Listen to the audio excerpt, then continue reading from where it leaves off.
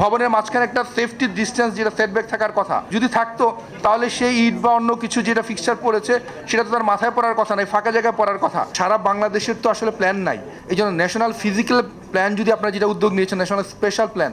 তার মাধ্যমে ঠিক করতে হবে কোথায় নগর হবে, আবার নগরের মধ্যে কোথায় অতি ঘন নগর হবে, কোথায় নগর হবে কিন্তু সেটা অল্প ঘন, সেটা আবার মাটির কোয়ালিটির সাথে জিওলজিক্যাল স্ট্রাকচারের সাথে মিল রেখেই সেই নগরায়ন করতে হবে। বাংলাদেশের নগরায়নের প্রক্রিয়াতে ধারায় এই যে জিওলজিক্যাল ক্যারেক্টারকে আমলে নেওয়ার বিষয়টা প্রায় অনুপস্থিত। এই কারণেই আমরা সাম্প্রতিক অতীতে দেখেছি গত 30 বছরে ঢাকার যে সম্প্রসারণ হয়েছে, সেই সম্প্রসারণের ক্ষেত্রে আমরা জলাশয়, জলাভূমি, প্লাবনভূমি, ফ্লাড ফ্লো জোন সেখানে ইচ্ছে মতো নগর বানিয়েছি, এবং যেটা ভূমিকম্পের সময় এই ধরনের জলাশয়, জলাভূমিতে আপনি যত ধরনের ইঞ্জিনিয়ার স্ট্রাকচার বানান সেটা লিকুইফেকশন এবং অন্যান্য কারণে সেগুলো ধসে পড়তে পারে। তাহলে এই যে জলাশয়, জলাভূমিতে যেন নগরগুলো সম্প্রসারিত না হয়, তাহলে সিটি ওয়াইজ ল্যান্ড ইউজ প্ল্যানটা তৈরি করাই লাগবে। সেটা শুধু বড় শহরগুলোর জন্য না, ছোটো শহর, মাঝারি শহর, সব শহরের ল্যান্ড ইউজ প্ল্যান লাগবে, এবং তার সাথে সিসমিক মাইক্রো জোনেশন ম্যাপ, তার একটা সিনক্রোনাইজেশন থাকবে। সাম্প্রতিক যেই ড্যাপ সংশোধন হয়েছে, তখন যে ব্যবসায়ীদের চাপে আপনারা অনেক এলাকাতে বহুতল ভবন করার জন্য, ফার বানানোর জন্য, ডোয়েলিং ইউনিট বানানোর জন্য সেই চাপে পড়ে সেটাকে অনুমোদন করেছেন, এবং তখন কিন্তু এই আর্থকোয়াকের কথা বিষয় না ভেবে আপনারা বারবার প্ল্যানারদেরকে বলেছেন আপনারা মেনে নেন। এখন দেখেন ভূমিকম্পটা চলে এসেছে। এখন আমি অনুরোধ করব, দয়া করে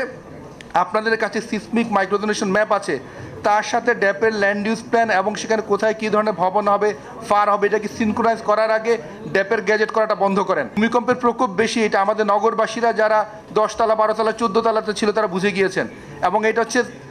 আমাদের যে আর্থকোয়াকের সায়েন্স, যে আপনি ভবন যত বাড়াবেন এবং এগুলো যদি দুর্বল ভবনের উপর হয় এগুলো কলাপস করবে। তাহলে দয়া করে এই কাজটা করেন। এবং এই যে প্ল্যানিংয়ের ক্ষেত্রে আপনারা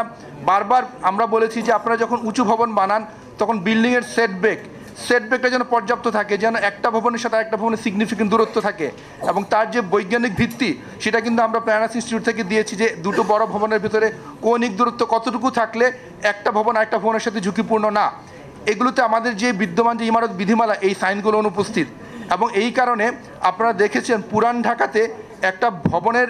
যে ফিক্সচার পড়ে গিয়ে পথচারীরা মারা গেলেন ভূমিকম্পে, তাহলে কি আমাদের একটা বিল্ডিং, রাস্তা এবং রাস্তার এবং ভবনের মাঝখানে একটা সেফটি ডিস্টেন্স যেটা সেটব্যাক থাকার কথা, তাহলে এগুলো না যদি থাকতো, তাহলে সেই ইট বা অন্য কিছু যেটা ফিক্সচার পড়েছে সেটা তো তার মাথায় পড়ার কথা নয়, ফাঁকা জায়গায় পড়ার কথা। তাহলে এগুলোর মধ্যে বিজ্ঞান আছে, এই বিজ্ঞানগুলো আমাদের ইমারত বিধিমালায় নাই, এবং এই কারণেই দেখছেন অনেক বড় ভবন হেলে পড়েছে।